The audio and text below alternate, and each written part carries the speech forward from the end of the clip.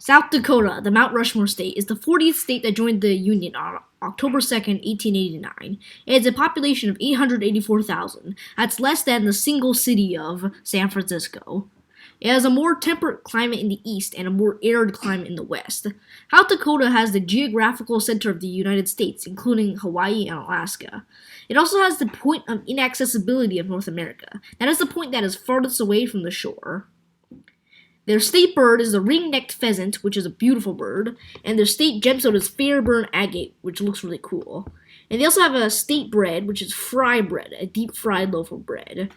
They also have a state fossil, which is Triceratops, because lots of fossils are dug up there. Some people that were born in South Dakota are L. Frank Baum, author of The Wizard of Oz, Laura Ingalls Wilder, author of the Little House on the Prairie series, Sitting Bull and Crazy Horse, Native Americans who fought against the American settlers in the 1850s. Your English or history teacher will inevitably force you to read about them or the books they have written. South Dakota has more shoreline than Florida due to the Missouri River running through it and the many lakes dotting the state. About 10 people per square mile live in South Dakota. There are 7 national parks in South Dakota. Technically, not all of them are parks. Some of them are national monuments and such, so all those things together are called national units. There are 7, and they are Badlands National Park, Mount Rushmore National Monument, Wind Cave National Park, Jewel Cave, Minuteman Missile, Lewis and Clark, and Missouri River. I've been to all of them except the last 2. Badlands is 244,000 acres of rugged terrain and unique rock formations and prairie. It is a very fossil-rich area and is very close to Minuteman Missile National Historic Site.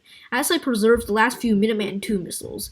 It is inactive and mostly destroyed due to the signing of the Strategic Arms Reduction Treaty.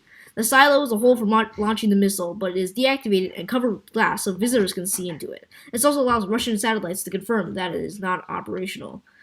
Wind Cave is the 7th national park in America and the first cave national park. It is called that because the first person to enter the cave discovered it when wind rushing out the cave blew his hat off.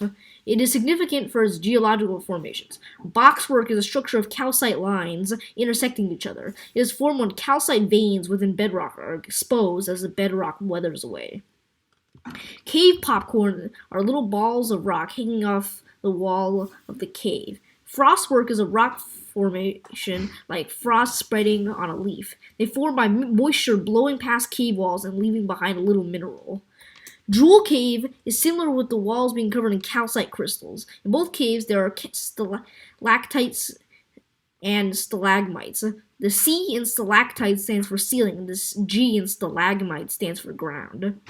They form when water drips down from the ceiling, leaving behind minerals. This goes for years, slowly growing the spike. Stalactites do the opposite. Water drips down and leaves mineral before dropping down. When I visited Jewel Cave, I was last visitor to leave, and the park ranger invited me to fold the flag with him. That was pretty cool. I learned that the flag you have to fold into a triangle because the soldiers, they had a triangular hat.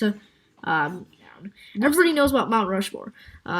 There's George Washington, Thomas Jefferson, Abraham Lincoln, and Theodore Roosevelt carved into the face of the mountain. The reason why it's so exciting is that you have to drive for like an hour through literally nothing to get to it. By the time you get there, you're so deprived of anything to look at that it's actually pretty cool. If it was outside of some major population center, then it would be not cool at all.